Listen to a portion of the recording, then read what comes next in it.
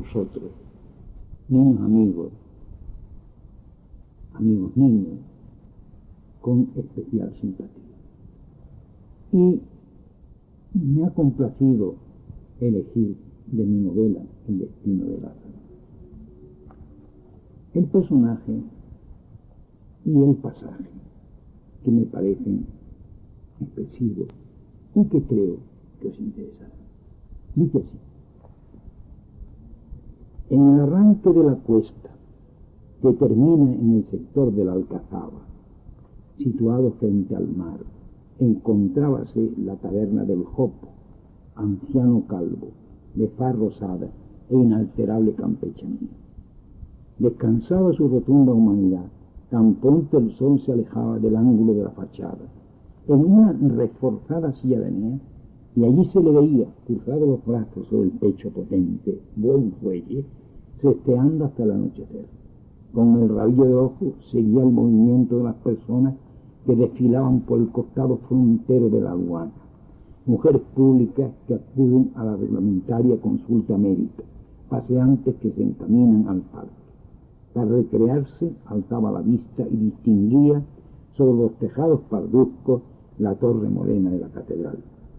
Cuando un cliente lo requería, se levantaba para tornar rápidamente a su observatorio.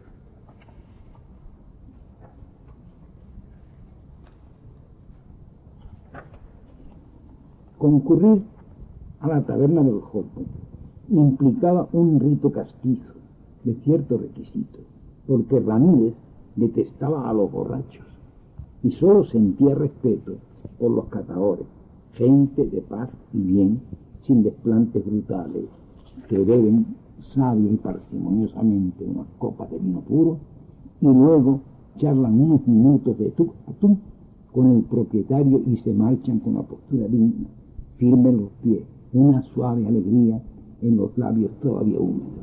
Hombres serios, de nombre y hechos conocidos, capaces de apreciar.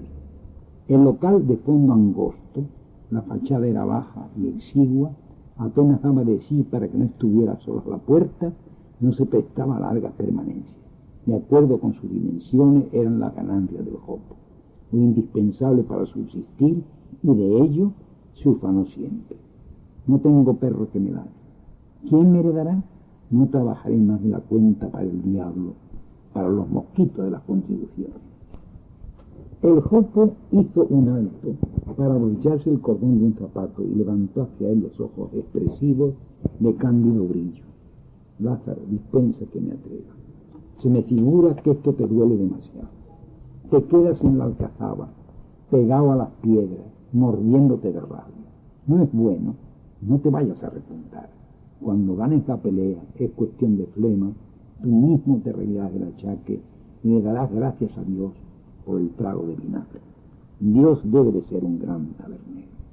Además, si te sientes desamparado, una de dos, o te achicas o te creces.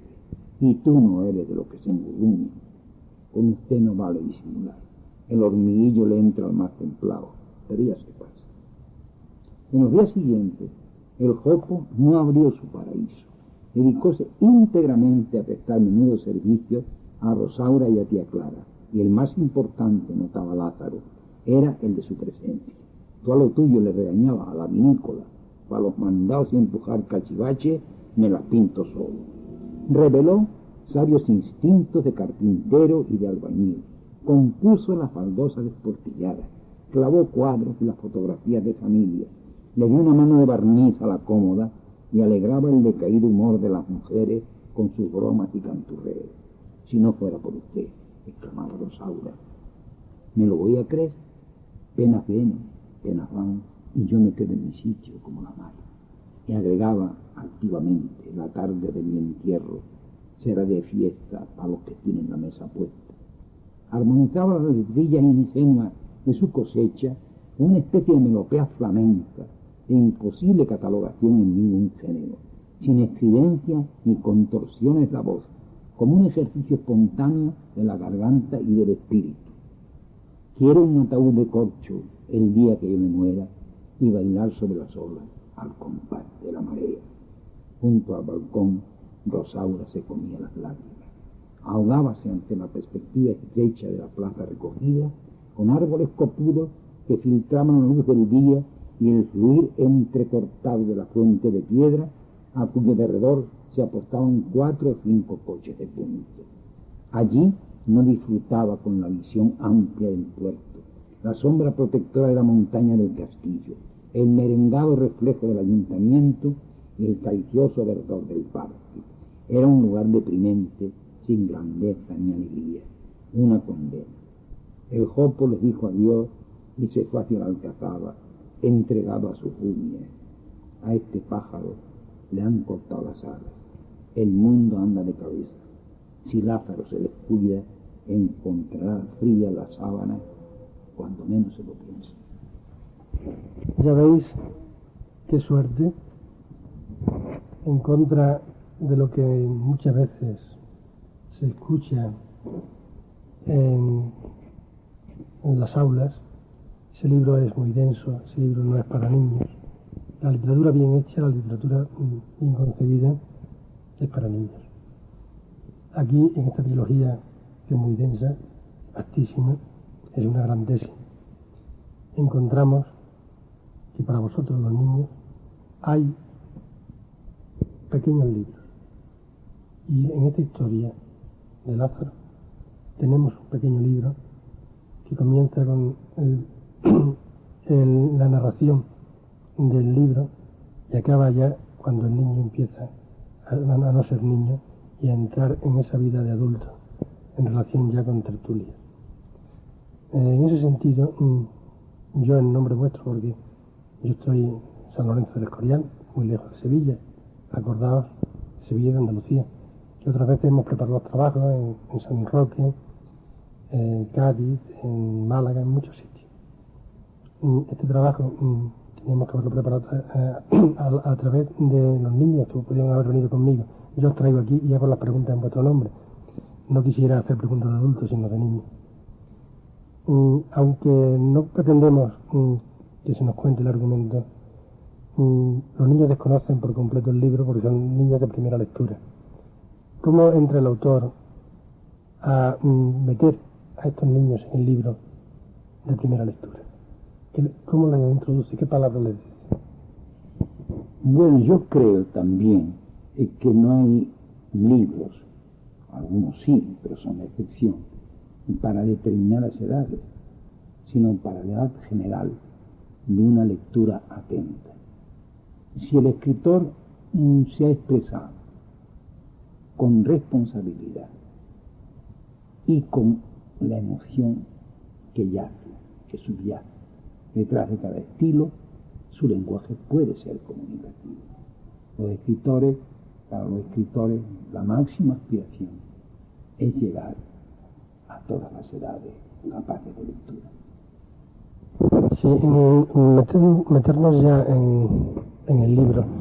Podemos empezar por... A los niños les interesa mucho el momento de creación, porque ellos al literato lo ven muy tierno, muy de su edad, muy describiendo para ellos. ¿Cuándo escribió usted esta parte del libro? ¿Qué recuerdos le trae?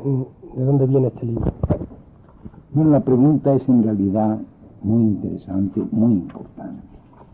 Voy a ver la fecha exacta, debió ser en 1946 o 47, año más, año menos. Está escrito en México, en mi exilio de México, pero pensando y rememorando y procurando sacar de mí los jugos de mi experiencia española y concretamente en este libro de mi niñez y pubertad malagueña. Si podría usted extenderse sin contarnos lo que hay en el libro, que yo tengo la suerte de conocerlo, los niños no. Esos personajes que a mí me han llegado tan hondo, esa tertulia, esa presentación tan suave de ese mundo que hoy yo casi lo considero idílico en cuanto no existe, o cree usted que existe todavía ese Málaga. Parte de esa Málaga existe. Naturalmente ya no hay, como hubo el Café de la Marina, la urbanización comete muchos desafueros. Pero aún por determinadas calles de la Málaga interior, de la Málaga no turística, por ejemplo, en torno a la Plaza de la Merced, en torno a la calle Trinidad Grun, en torno a la llamada calle Beatas, hay todavía el sabor de aquella Málaga de mi infancia. Yo soy de la provincia de Jaén, de la Carolina, pero viví en Málaga desde los 8 hasta los 19 años. Entonces, Málaga significa para mí la etapa más formativa.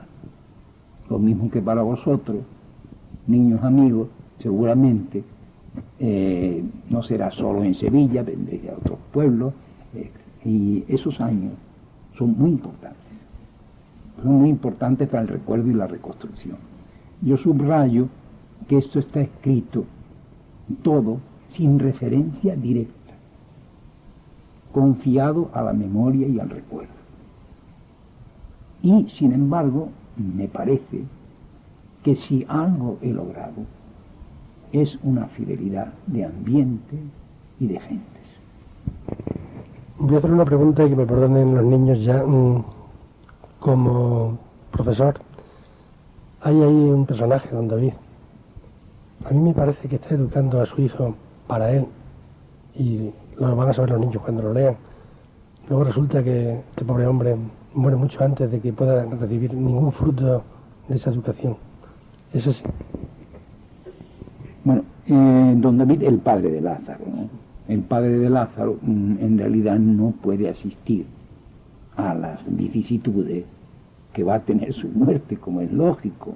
En realidad la novela empieza cuando termina la infancia de Lázaro. Otro es una especie de preparación de sus antecedentes familiares, del entorno en que se encontraban, etc. No sé si he contestado con suficiente claridad. Pero yo voy a puntualizar un poco más, porque a mí me parece que este personaje es don David, es un personaje frustrado porque no prepara a Lázaro para Lázaro. Se da cuenta cuando lo deja ahí, pues Lázaro se queda ahí y no está preparado para ese mundo, está preparado para ser el hijo de don David. Bueno, eso hasta cierto punto, porque en realidad yo he querido reivindicar aquí, en la novela, una casta que por desgracia ha desaparecido, y es la casta de los comerciantes que hacían honor a su palabra, que su palabra valía tanto o más que un acta notarial, que la base de su moral era precisamente el respeto y la devoción por la familia, las amistades y ese valor extraordinario de la palabra empeñada. Que yo creo que si Lázaro se enfrentó a acontecimientos nuevos e imprevistos para su padre, le debe mucho a este sentido del deber que le vino por la sangre y por el ejemplo. A los niños se le pueden ocurrir 1000 preguntas sobre el argumento si lo conociesen, pero siempre la idea es que el niño entre en el argumento. ¿Qué le podemos decir al niño para que vaya a buscar la novela?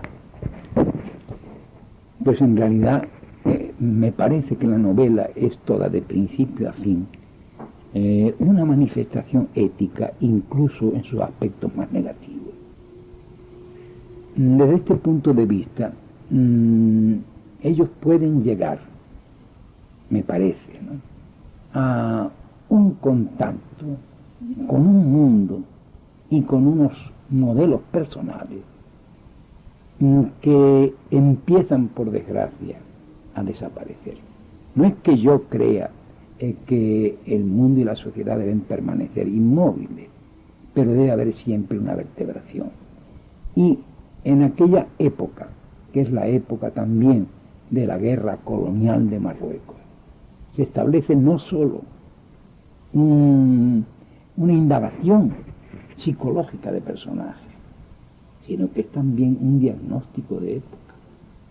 En realidad el destino de Lázaro es una novela personal y hasta cierto punto una novela histórica, porque no olvidemos que Málaga, en las noches determinados amaneceres, se divisaba a Melilla desde Málaga, y que allí se asistió a una serie de acontecimientos que reflejaban la cara y la cruz de la guerra colonial de Marruecos.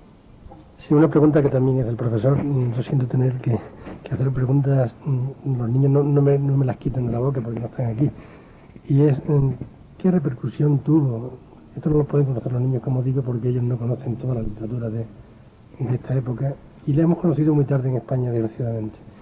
¿Qué repercusión tuvo África para los escritores de su época? Yo creo que un reflejo muy importante, quizá la novela fundamental y más permanente de Sender, de Ramón J. Sender, comparable con ventaja a Sin novedad en el frente de Virginia Remarque, al Fuego de Barbusse, a otra obra de Ernest Kleiser, el alemán, que eran novelas antibelicistas, pacifistas. Lo que refleja Sender el Imán tiene una categoría testimonial y una categoría literaria sencillamente extraordinaria. El mejor libro de un escritor que no se conoce hoy en España, que fue muy importante en su época, en aquella época de la dictadura de Primo de Rivera, de los primeros tiempos de la República, José Díaz Fernández, tiene un volumen de relatos intitulado El Blocao. El Blocao es el relato principal y precisamente pone de relieve lo que tuvo de insensatez, de aventura, de falso concepto del honor y de la palabra, en contraste, toda la guerra de Marruecos, incluso de posibilidades de inmoralidad. Hay además, y la gente se ha olvidado de él, un escritor que le ha dedicado 2 o 3 novelas a la guerra de Marruecos, Manuel Ciges Aparicio. Entonces yo ya cito meramente 3 escritores a los cuales yo en mi modesta esfera me sumo, para los cuales la guerra de Marruecos ha sido un revelador.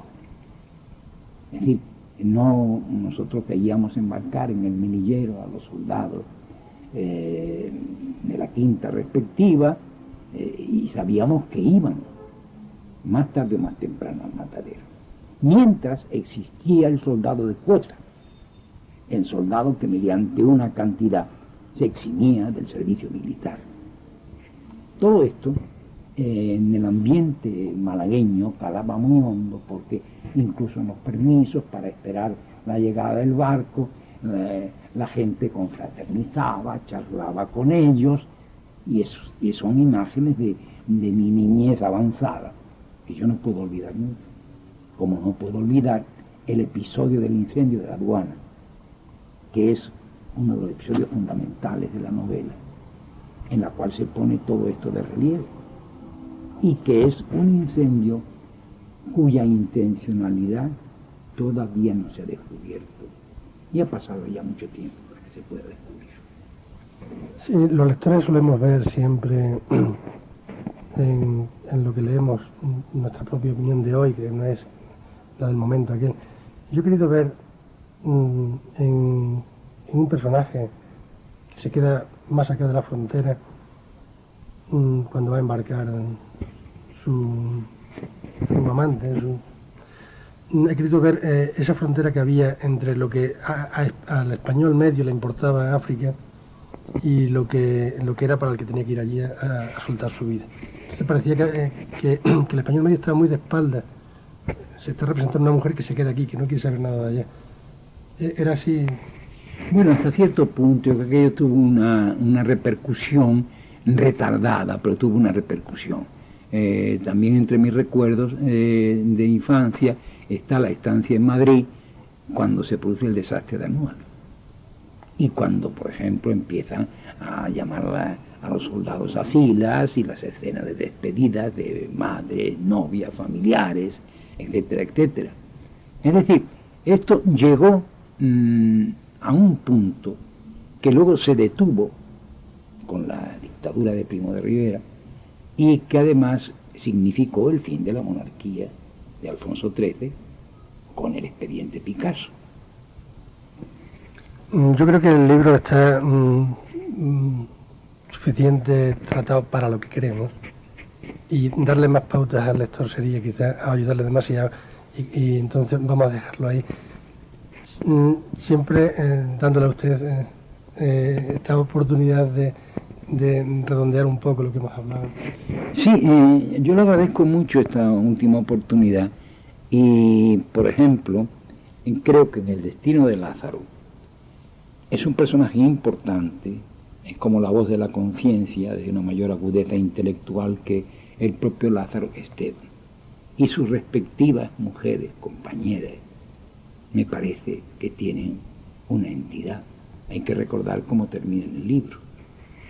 El libro termina con la compañera de Lázaro, viuda, que lo espera siempre en las madrugadas.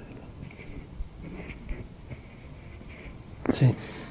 Hay una pregunta que no se le ha hecho a ninguno de los escritores con los que he tenido conversación, y que se me antoja ahora muy interesante para los niños, que podía formar un cuerpo de esto que estamos haciendo de lectura. ¿Qué Andalucía encontró el autor cuando pasó a América? Puede ser todo lo extenso que quiera, avivar sus recuerdos de ello. Bueno, en realidad nosotros llevábamos la imagen de España muy dentro, la imagen de España y de que éramos los representantes legítimos por libertad de expresión de su cultura y de sus letras y de sus artes. La pregunta es muy compleja. Por ejemplo, yo he comprendido mejor a España desde la perspectiva americana que aquí mismo. Y me ocurre ahora algo parecido respecto a América. América la entiendo mejor desde esta experiencia y desde España. De ahí, por ejemplo, mi pequeño ensayo, publicado en Sevilla, ¿no? Intitulado Andalucía e Hispanoamérica, crisol de mestizajes. Esa es una teoría muy larga que no viene aquí a cuento y que constituye una de mis obsesiones: la reivindicación y la comprensión y el entendimiento de mestizajes, partiendo del punto de vista de que precisamente nosotros andaluces somos un paradigma de mestizaje. Sí, entonces, saliéndonos un poco de conceptos que han quedado muy claros, de ese sentido andaluz, español, americano, universal, le voy a pedir un relato corto de esa aventura de América, en forma literaria, si es posible. Podemos... Yo estoy en trance de escribir, tan pronto despeje una serie de compromisos que tengo, mi memoria del exilio y del regreso a España en el año 67. Pero los recuerdos más vivos son precisamente del campo de concentración, cuando uno se sintió apátrida. No se sintió, lo forzaron a ser apátrida. Y cuando México nos acogió. Es decir, del campo de concentración de San Ciprián, imaginemos una playa descubierta, batida por los vientos de los Pirineos, en el mes de marzo. 25.000 personas derrotadas, apiñadas, que no tenían lugar donde refugiarse, que tuvieron que construir sus propios tenderetes, porque eran con mantas y con palos como se sostenían. Y después de esto, al abrirnos México sus puertas, tuvimos un viaje en el barco Sinaya y llegamos a Veracruz el 13 de junio de 1939. Entonces se nos abrió un mundo distinto. Primero, ya teníamos una protección nacional, una entidad nacional que habíamos perdido aquí por la victoria del franquismo. Y al mismo tiempo teníamos que entendernos con un mundo distinto y adaptarnos a él en parte y adaptarlo a él a nosotros. Entonces estos son una serie de episodios que es imposible resumir ahora. Pero imaginemos lo que es la emoción de 1.500 españoles desterrados, exiliados, al llegar al puerto de Veracruz. Al llegar al puerto de Veracruz y, por ejemplo, encontrarnos con que independientemente o adicionalmente a la gran acogida, a la hospitalaria acogida con una manifestación nutridísima en la explanada del puerto, a mí me emociona, repito, pensar que pasábamos delante de una taberna que no era la del Jopo, era de un asturiano, y que este hombre nos invitó, sin conocernos, a un vaso de cerveza y a un bocadillo. Y como este podría contar múltiples episodios. Esta es apenas la entrada en México. Después han sido muchísimos años de convivir con los mexicanos, nosotros españoles, formando también nuestro núcleo especial, y de tener noticia de gente y de costumbres y de reacciones psicológicas que no son específicamente las nuestras y que nos educaron, ya que hablo con un maestro, nos educaron para respetar las diferencias. ¿Qué otros países? Bueno, nosotros hemos vivido 15 meses en Santiago de Chile. En Santiago de Chile de entonces, que no es, infortunadamente, el Santiago de Chile de ahora, de un gobierno execrable. Porque Chile, cuando fuimos nosotros allá a 20 y tantos años, era un país extraordinariamente hospitalario, de un gran sentido cívico, donde, por ejemplo, y esto da idea de cuál era su adelanto, la mujer desempeñaba ya todos los papeles en la sociedad.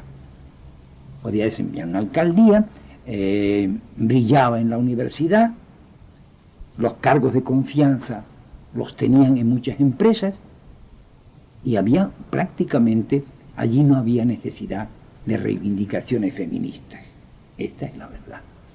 Aquellos 15 meses nos enseñaron también a apreciar los valores y las maneras y las costumbres de la amistad.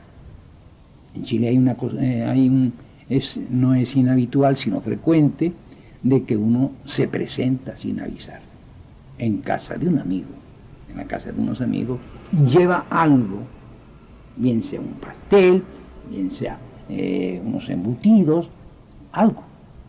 Y entonces están allí las dos familias. Y luego viene otro, que también trae otra cosa, y eso es perfectamente natural. En Chile era un país tan maravilloso, en que, por ejemplo, le tenía un gran respeto, incluso dispensaba su protección, la gente común y corriente, a los ebrios y a los locos. Por ejemplo, no voy a citar la anécdota porque para no hacerlo largo, No importa, sí. Sí, lo cito. Íbamos nosotros en un autobús que allí le llaman micro, y era en la noche, y subió una persona que se notaba que estaba embriagada. Entonces paró, cuando tocó la campanilla, paró el chofer de la micro, del autobús, y un viajero lo tomó del brazo, lo depositó cuidadosamente en la acera, y tanto el chofer como todos los pasajeros nos pareció aquello absolutamente natural, que se demorase en eso 4 o 5 minutos incluso. Cerca, en el Valle de Santiago, hay los campesinos que tienen un alto nivel de instrucción y de vida, y que viven cerca del manicomio, tienen como adoptados a unos locos pacíficos. Entonces estos, a la hora de comer o antes o durante todo el día, van a casa de los campesinos, conviven con ellos, comen con ellos, y eso no les cobran nada al Estado ni a nadie. Es decir, hay un gran respeto y un gran aprecio porque puede ser la situación humana de cualquiera por la locura. Es decir, la línea divisoria entre la cordura y la locura, y ya lo sabemos perfectamente por nuestra gran obra universal, Don Quijote, es muy difícil de marcar. En realidad, estos campesinos estaban haciendo una obra quijotesca, de comprensión de Don Quijote. ¿Más países? Bueno, prácticamente yo he recorrido casi toda América Central, desempeñaba las funciones de funcionario de ejecutivo del Fondo de Cultura Económica, una editorial paraestatal mexicana. Trabajé 12 años. Esto me permitía y además me obligaba, era una obligación aceptada con gratitud incluso, a recorrer todos los países americanos. Es decir, conozco Uruguay, conozco Argentina, conozco Brasil, conozco Bolivia, conozco Ecuador, Perú, y del centro, bueno, del Caribe, Venezuela y Cuba, en la primera etapa de Castro, Puerto Rico, que nosotros la consideramos extremadamente civilizado, en terreno, en ámbito más pequeño, muy parecido a lo que era en Chile y a lo que fue Uruguay, por desgracia también, maltratado y machacado. También conocí El Salvador, un pequeño país sobre el que prefiero no hablar, porque tendría que decir frases muy fuertes respecto al crimen que se está permitiendo cometer en aquel país.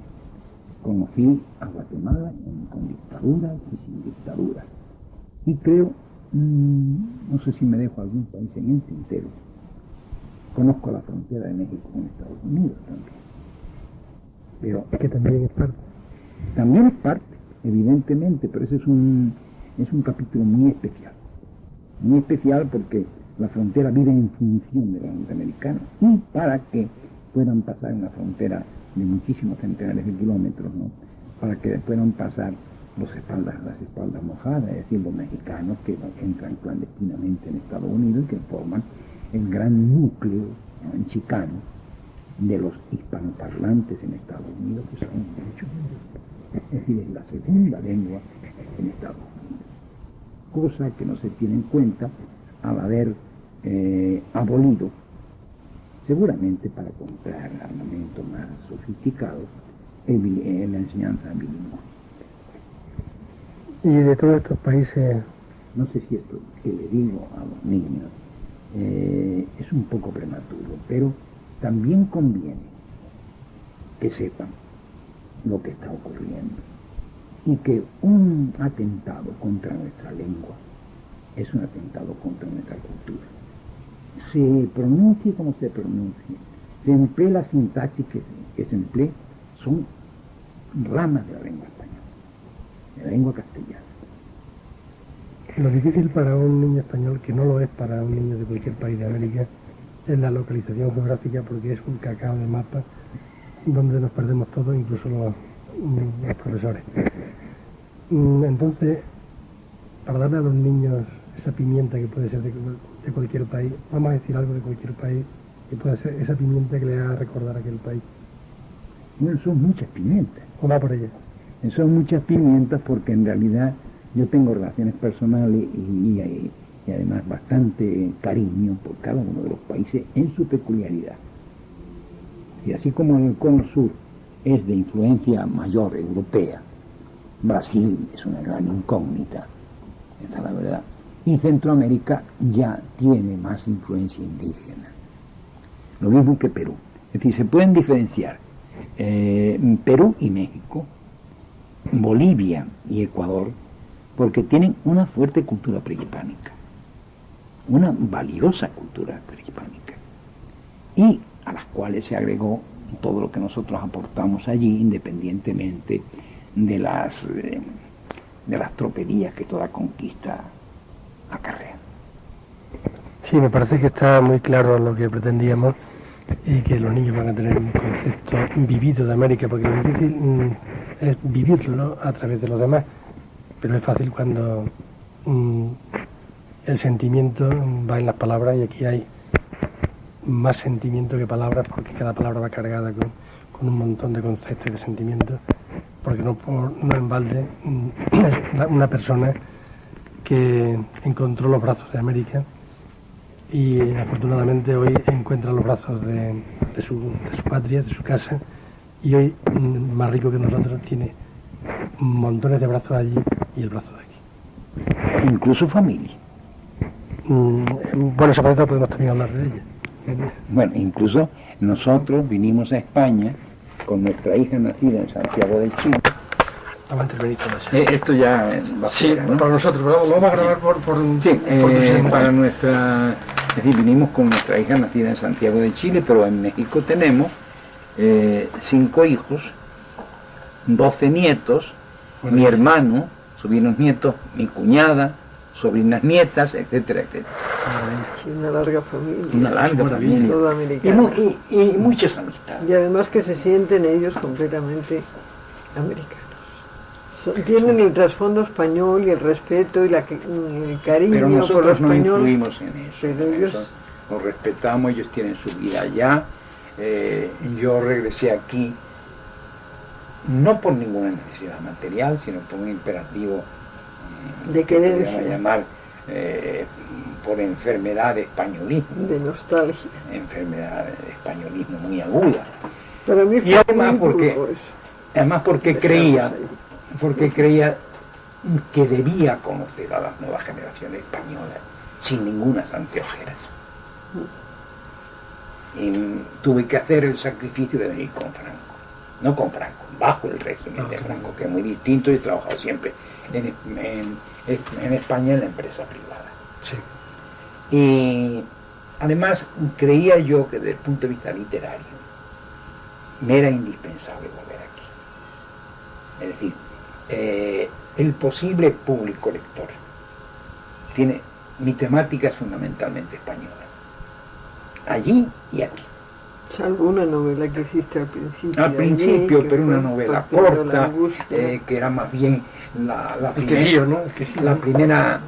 primera reacción de descarga, el primer encuentro. Y una vez efectuada esa catarsis, ya toda la generalidad, en los cuentos no, los cuentos eran unos cuentos de tipo muy mexicano, o de ambiente mexicano. Y además, por ejemplo,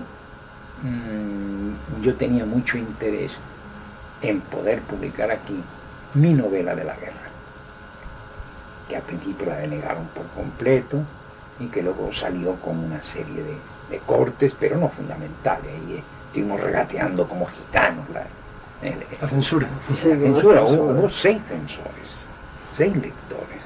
3 en pro, 3 en contra. Cada uno hacía sus tachadas con un bolígrafo distinto, verde, rojo. Tanto tiempo perdido. Eso lo guardo, lo guardo porque algún día será interesante y es histórico, ¿no? Pero para mí esta es una novela fundamental, para mí, que yo necesitaba hacer, y que escribí en México, en la última etapa de México. Pero ¿cómo podría yo juzgar si la novela, aparte de que tuviera mayor o menor corrección y expresividad literaria, si la novela era adecuada para el lector de aquí? Adecuada me refiero en el sentido de que yo, que estuve, no por casualidad, sino por identificación, en el campo republicano, tuve esa suerte, no quería, había pasado mucho tiempo, procuré que se relanzaran las filias y las fobias, ¿no? Yo quería dar una imagen de un republicano que es comprensivo, que puede comprender al otro. Y naturalmente, ¿cómo le diré a usted? Al traerla aquí, yo la dejé dormir un tiempo. Y después de la convivencia, de la observación, de todo el ambiente nuevo, nuevo por viejo, sí, a veces, ¿no? Que yo encontré aquí, la volví a leer y vi que mi novela no reavivaría ningún rencor, que era un testimonio que yo creo necesario y al mismo tiempo que tenía, pues, o creo yo que tenía, y tiene, una dignidad literaria, ¿no? Porque siempre lo social, lo histórico y lo narrativo propiamente dicho, siempre yo he hecho un esfuerzo en que se equilibren, en que se armonicen, es decir, que no sean nada panfletario y tampoco nada de arte deshumanizado, ninguna de las dos cosas. ¿Y cómo nos encontró a los que nacimos del 40 para acá? Mire usted, es muy complejo, es un tejido muy complejo.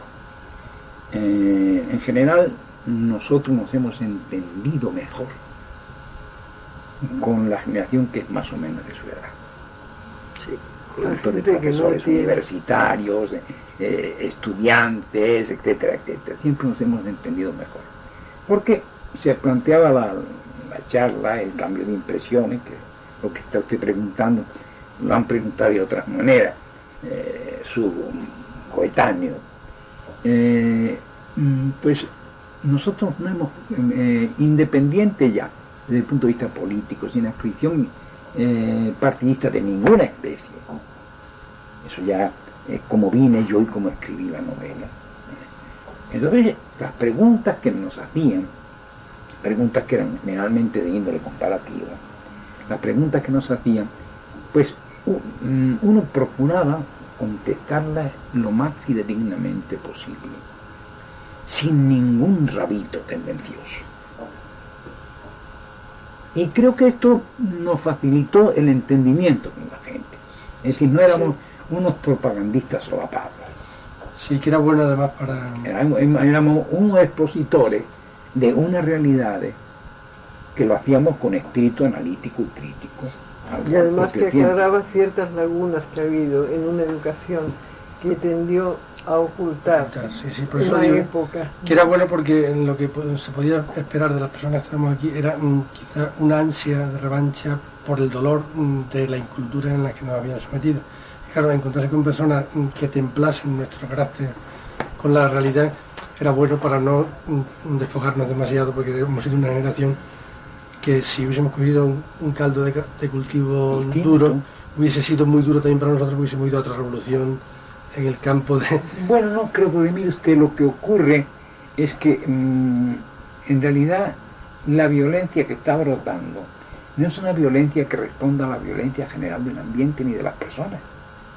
Son focos de gran violencia, pero no es la tónica en España, por fortuna. Yo confío en que no se produzca situación alguna, ni de golpe militar, ni de guerra civil.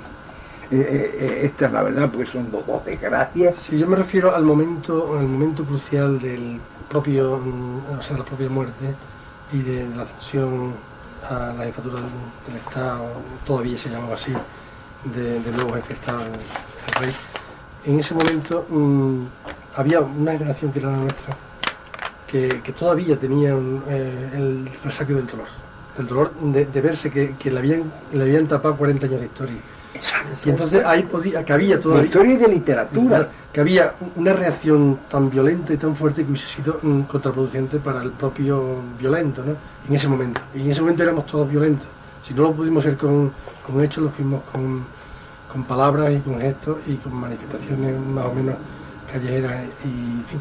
Entonces el que hubiese personas que habían sufrido mucho más que nosotros, que pasaba una guerra, no el sufrimiento ya ni más ni menos, bueno, pero físicamente físicamente que nosotros el sufrimiento sí hubo algunas capas sociales que sufrieron físicamente, puesto que también pasaron hambre, pero más físico fue salir de una frontera, un campo de concentración y moralmente verse expulsado de su casa, ¿no? Entonces nosotros no teníamos eso, lo asumíamos, pero teníamos ese otro, ese que yo refería antes, de sentirnos castrados en nuestra cultura total de la época, preparados para... Eso se nota todavía, mire usted, una discontinuidad cultural y una discontinuidad moral. Eso se nota todavía. Nosotros notamos bastante la diferencia de ser de las personas, porque cuando hemos sido jóvenes aquí había un poco una gran ilusión. Una gran ilusión en nosotros que nos considerábamos partícipes de una experiencia nueva, sobre todo en el mundo educativo, ¿no? Eso era un tanto extraordinario. Sí. Pero aparte la gente popular tenía un sentido de la palabra, de la rectitud, de la honestidad, del oficio bien hecho. Eso es muy importante. De la noche a plaza. De la noche. Claro, pero es que ustedes habían pasado por el puente de plata de olvidar esos 40 años, sin olvidarlos, porque no habían vivido que aquí lo que se practicaba era el escalar pisando a los demás, el escalar sin un sentido moral, el ver que las clases más elevadas eran las menos dignas. Exacto, en cuanto a que no daban ningún tipo de ejemplo, como todo lo contrario. Nuestra, porque decíamos, esto es un régimen político que ha castigado a mucha gente, en la cual ha habido encarcelados, perseguidos, torturados, etcétera. Pero la gente popular, que da mucho la tónica de un país, ¿cómo es?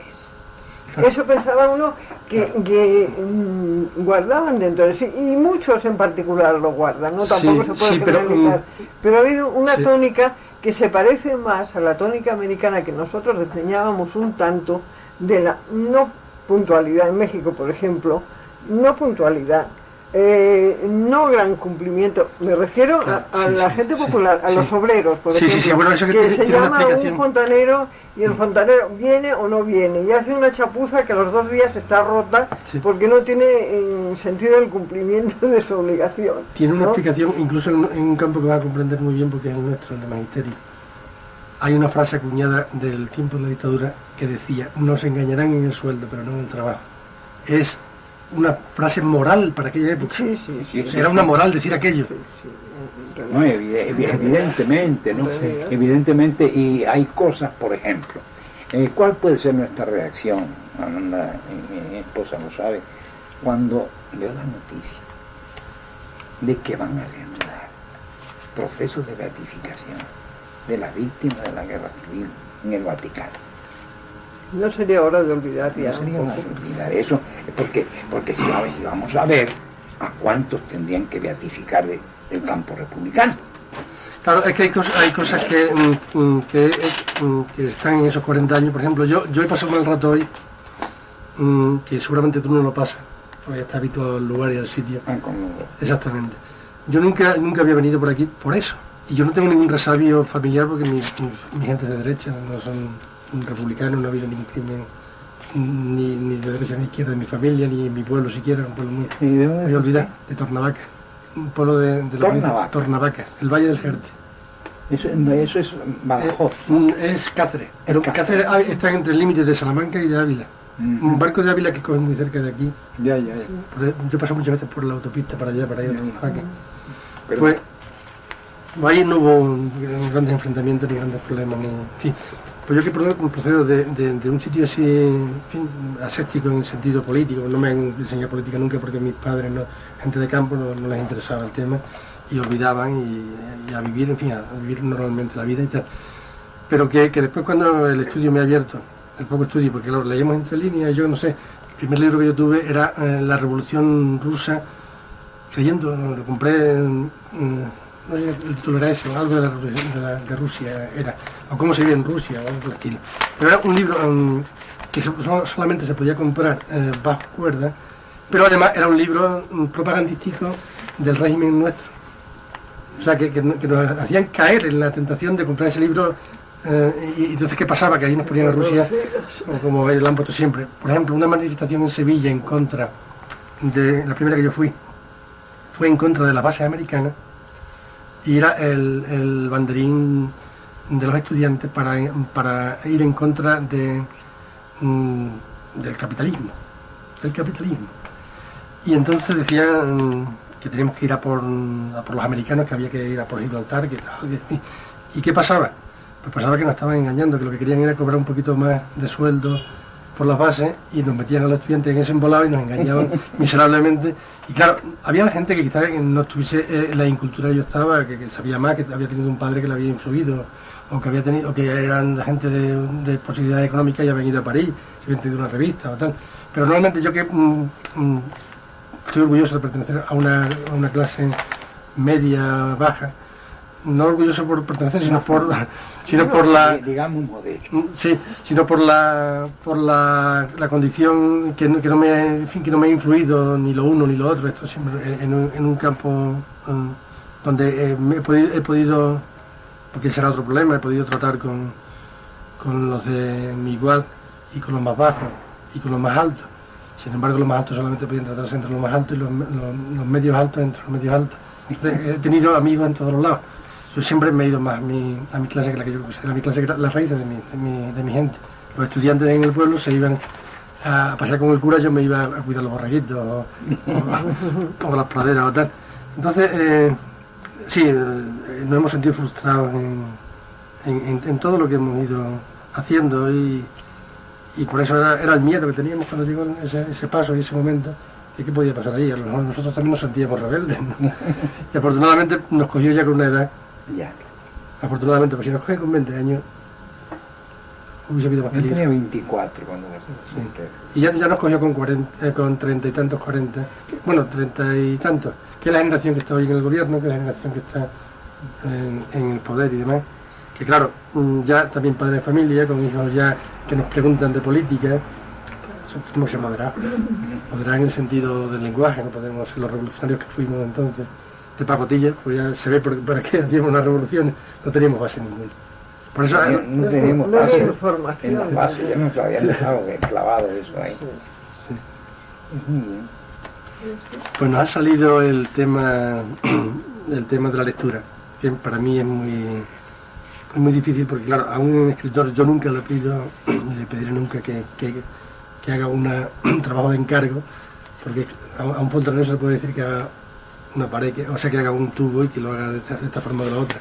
Un escritor que es un creador no le puede decir, haga este tubo y me lo haga así, porque yo lo quiero así. Para mis niños, y no ha salido aquí está ya, la lectura. ¿Usted cree que...? Sí, está ahí. Vamos, yo el título no se lo quiero poner, pero se lo podemos poner. A lo mejor usted se lo pone mejor que yo. Ya no quiero oírme, ¿no? Sí, bueno, pero eso va a ser... Yo lo que he hecho es provocarle un poco con lo de América, con el tema de América, y ahí ha salido, pero no sé, puede ser el título de la lectura para los niños, puede ser la América que encontró usted, o qué América me encontré, como una especie de pequeño recuento, y ahí ha salido, porque usted ha dicho de América. Es una pequeña visión, sí, una pequeña visión. ¿Qué es la que necesita el niño? Son fragmentos, tampoco le damos... Tampoco. Por ejemplo, eso he contado yo la anécdota del tabernero asturiano. Sí, que va muy bien con todo esto. En relación con el yo lo que hago es mandarle esa parte, se la mando ya parte de la entrevista, se la mando más o menos lo que yo creo que puede ser interesante. Eso puede ir en 2 folios, entonces muchas de las cosas que le manden no van a servir. Yo creo que usted mejor la encorrina, mejor usted la hace mejor que yo. Yo se lo mando. Es lo que usted va a hacer, ¿no? Sí, es la otra parte que no hablamos de ella, no hemos hablado de ella hasta ahora. Sí, que es la parte de lectura inédita que yo llevo. Es que en América, desde nuestra sorpresa ante la actitud de la gente, hasta nuestra manera de instalarnos, que fue a base de las vistosas artesanías de cosas enormemente baratas y de muebles de cocina y de cosas así, bueno, de lo más elemental, pero teníamos, qué sé yo, la tendencia a hacer de nuestros hogares un sitio grato, vistoso. Por aquí ve todavía algún residuo de cosas, ahora vamos a sacar una foto cosas mexicanas, ¿no? Sí. Y esas son pinturas de distintas personas, un hermano mío, y que eso ya no es mexicano. En realidad, mexicana es la cabeza, esa central de esa India. Precioso. Que esa fue hecha por un hermano mío que desgraciadamente ya no vive, pero es una cosa muy vistosa que llama mucho la atención, el colorido y la artesanía la comida mexicana a base de cosas picante, ¿no? que llaman antojitos, mucho picantes, y muchas cositas, platitos de cositas. Sí, antojito está muy bien puesto, muy andaluz además. Describe mucho la comida mexicana, se llama antojitos a una serie de pequeños platillos. Sí. Bueno, que tiene que ver mucho con lo andaluz de la tapa. Posiblemente. Porque los bares, no sé si conoces bien Andalucía, ¿no? Bueno, está en Sevilla, está en Granada. Bueno, en los bares nunca tomarás una cerveza o un vino sin que te pongan. Te dicen una lista de tapas. Tiene que ver un poco con eso. Pero eso es en la comida habitual de ellos, porque hacen la comida normal. Un poquito de. ¿Usted me permite hacer una llamada telefónica? Sí. Muy dados al picante, tremendamente. Sí. Luego su música, su cosa ancestral que queda entre lo colonial y esa mezcla que ha habido de las religiones iniciales de ellas con el catolicismo, quedan ritos antiguos vestidos de catolicismo. Y luego hay en ciertas festividades los danzantes, por ejemplo, con a veces unos gorros con espejitos y plumas en los colores y tal, cascabeles en las piernas y tal, y unos trajes muy especiales y que tienen una cosa ritual entre indígena y religiosa, porque hay, por ejemplo, en México la absoluta devoción a la Virgen de Guadalupe, pero eso de todos los niveles, ¿no? El santuario de Guadalupe se considera allí el centro religioso más importante del país. La Roma de allí. Pues un poco, la gente va ahí en peregrinación y hacen ofrendas, hay un montón de votos, y el Día de la Virgen de Guadalupe es una de las fiestas nacionales fundamentales. Eso gente de derecha, de izquierda, de nada y de todo. Ya una pregunta muy personal mía. En México, de Extremadura, ¿qué hay que pueda ser extremeño? Que no sea bueno, aparte de la Virgen, ¿no? Sí, pues que me ha seguido ahora. Sí. Mire, Alvarado extremeño. Sí, hay algunos personajes extremeños. Sí. Bueno, debería ser algo de... Y Cortés. Hernán Cortés es como si estuviera vivo, se le discute todavía. Sí. Es una cosa no asimilada. El mestizaje ese hispano-mexicano todavía lo tienen como rebulliéndose dentro de la sangre. Y hay los que son de tendencia más hispanista y los que son de tendencia anti-hispanista, ¿no? Pero dentro de ellos mismos se les rebullen las dos sangres. Los dos, claro. Y parece como si Cortés estuviera ahí y se le discute lo que hizo, lo que no hizo, lo que dijo. Hay gente que le atribuye grandísimas virtudes, otros que lo denigran de una manera tremenda, que bueno, hasta para ponerle defectos, hasta lo hacen lisiado y jorobado y no sé cuántas cosas más. Sí, lo que sí es cierto, cuando ha salido el tema de los conquistadores y tal, es que no eran personas de una altura de preparación, eran gente del pueblo que...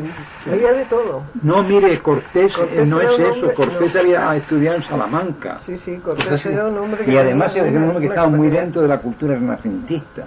Y un gran político, desde luego, un hombre de una habilidad. Y el primero que se sintió criollo, ya. Y además ya su hijo es un mestizo. Sí, claro, sí. Desconocemos mucho de América. Evidentemente, yo recuerdo... Aquí ha sido todo a través de cultura hispánica. Sí. Y los juegos florales esos que hacían a los estudiantes y ese folclore de pacotilla que se vestían de mamarrachos, que eran trajes auténticos de allí, mirad.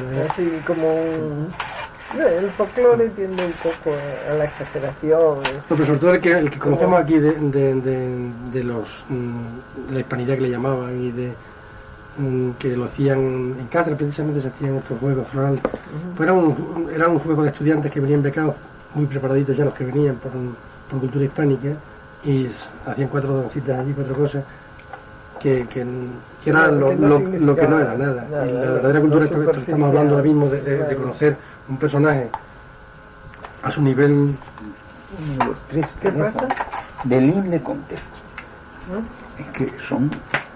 Se van a tomar el café.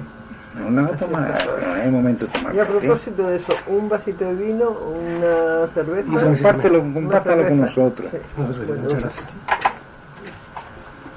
¿Qué prefiere, vino o cerveza? No, cerveza. Sí.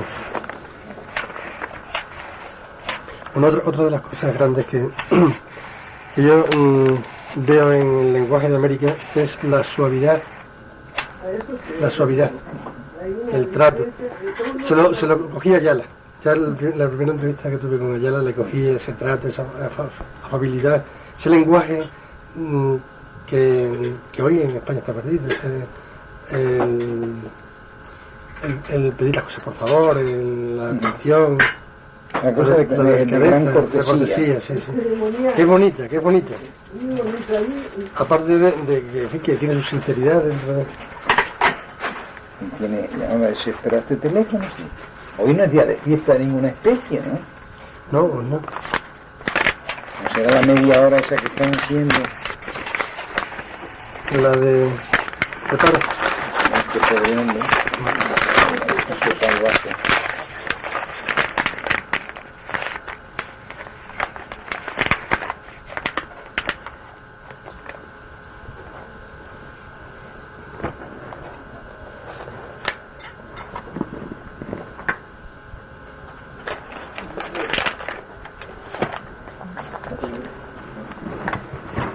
Voy a recoger cosas para que usted pueda... Porque tengo que sacar otra.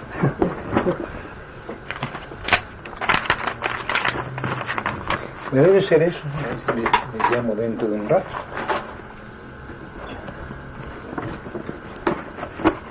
Teléfonos coinciden con el ordenador.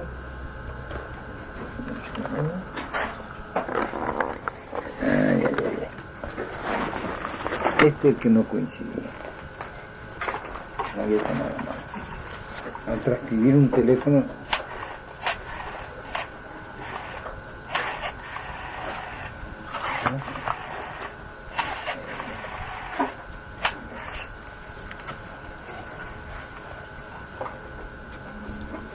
Son muchos años fuera y ya naturalmente se influye hasta en el acento y en todo. Sí.